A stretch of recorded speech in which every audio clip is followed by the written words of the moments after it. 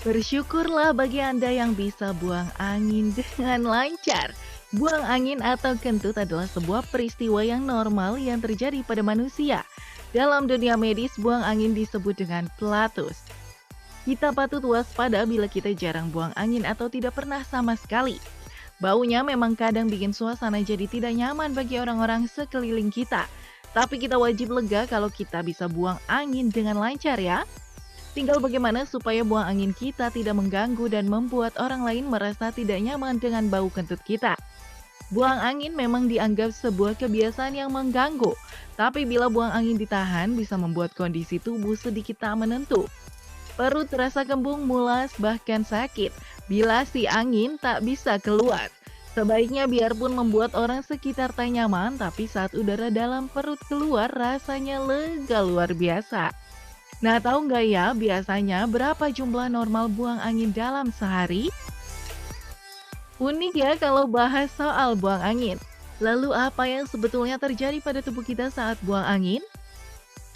Kentut adalah sebenarnya sesuatu gas ya, suatu udara yang dikeluarkan oleh tubuh. Jadi sebenarnya kita tahu bahwa tubuh kita itu mengeluarkan sisa-sisa ya dari proses pencernaan kita dalam bentuk feses, ya dalam bentuk kotoran, ya kemudian dalam bentuk buang air kecil, ya bentuk keringat. Nah, kalau kentut itu dalam bentuk gas. Biasanya memang secara normal orang itu sekitar 12 kali dalam satu hari. Ya kadang-kadang memang ada yang dia rasakan kentutnya, ada yang tidak terasa dan biasanya bersamaan dengan buang air besar, ya.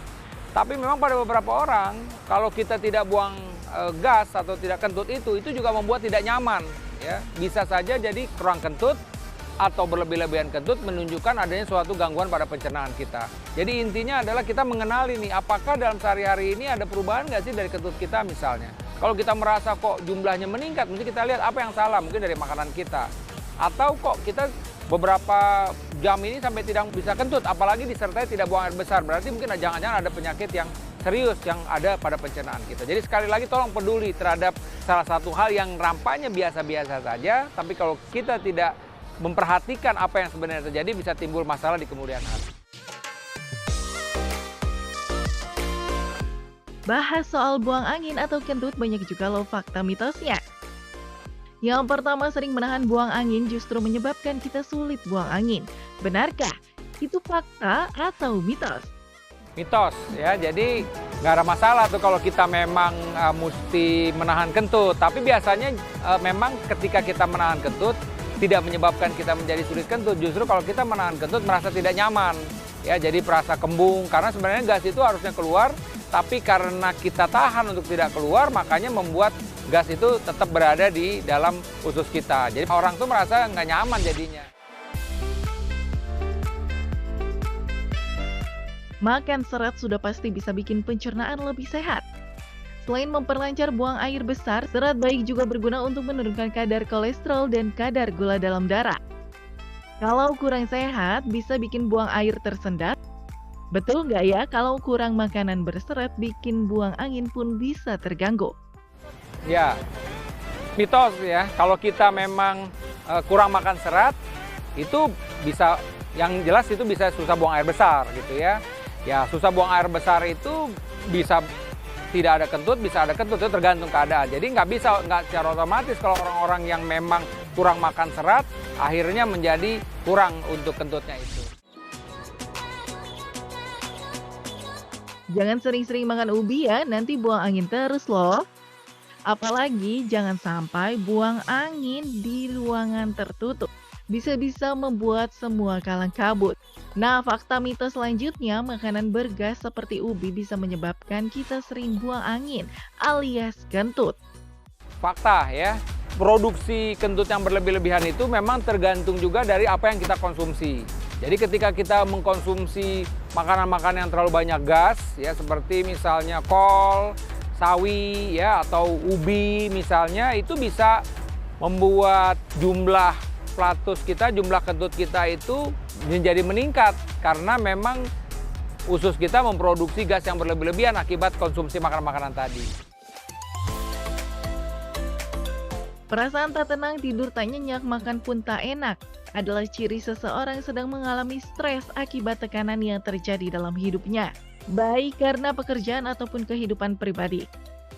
Stres bukan saja bisa membuat hati gelisah, namun juga beberapa gangguan lain pada kesehatan. Salah satunya pencernaan. Lantas benarkah bila stres juga menyebabkan orang sering buang angin atau pelatus? Fakta, jadi pada orang-orang yang memang tingkat stresnya tinggi ya, itu bisa saja berulang-ulang dia flatus. Jadi kita bilang bahwa faktor ada hubungan antara otak kita dengan pencernaan kita. Jadi kalau ketika otak kita misalnya yang kita bilang irritable bowel syndrome. Jadi kondisi irritable bowel syndrome ini usus kita menjadi sensitif.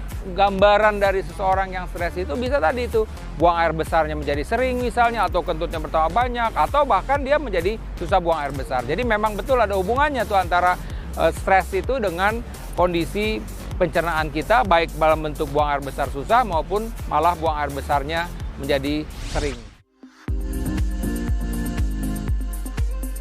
Kalau khawatir buang angin membuat risih saat kamu sedang bersama kekasih, pernah nggak sih kamu takut tak bisa buang angin dalam sehari? Selain membuat perut tak nyaman, katanya justru bila jarang buang angin adalah pertanda penyakit serius. Benarkah itu fakta atau mitos? Fakta, jadi ketika ada suatu waktu misalnya Anda nggak bisa kentut sama sekali, kemudian nggak bisa buang air besar, itu bisa saja ternyata memang terjadi sumbatan di dalam usus kita. Ya mungkin kita ada riwayat misalnya pernah operasi di usus kita sebelumnya, terjadi perlengketan. Nah pada kondisi terjadi perlengketan tersebut bisa saja suatu waktu gas, ya udara, kotoran tidak bisa keluar. Atau mungkin ada sumbatan, ya karena misalnya sumbatan tumor misalnya, itu juga bisa menyebabkan kita menjadi susah kentut dan juga tidak bisa buang air besar. Bagaimana sudah jelaskan kalau malu karena kentut melulu, sebaiknya Anda lebih khawatir bila angin di perut tak kunjung keluar. Berikut ini adalah hal yang perlu Anda perhatikan, apakah kondisi pencernaanmu sehat atau tidak. Dilihat dari kebiasaan buang angin kamu sehari-hari. Pemirsa, jadi sekarang Anda mesti memperhatikan ketika kentut kita berlebih-lebihan, ada kemungkinan mungkin kita mengkonsumsi makanan-makanan yang mengandung gas yang berlebih-lebihan. Dan sebaliknya, ketika Anda menjadi susah kentut, jangan-jangan memang Anda kekurangan mengkonsumsi makanan-makanan yang mengandung serat, seperti buah-buahan dan sayur-sayuran. Oleh karena itu, coba perhatikan aja, kalau kebetulan memang Anda kurang kentut, coba tingkatkan sayur-sayur buah-buahannya. Tapi kalau kebanyakan kentut, jangan-jangan Anda juga harus mengurangi makanan-makanan yang mengandung gas.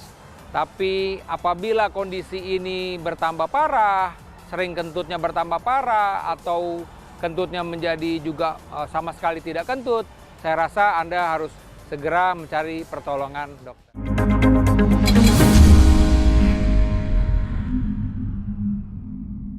Tahukah Anda, ketika kita lapar, kita dapat merasakan nyeri kepala karena terjadi penurunan gula darah atau hipoglikemi. Oleh karena itu, kita harus makan secara teratur dan memperhatikan kecukupan gizi kita dan segera kembali beraktivitas.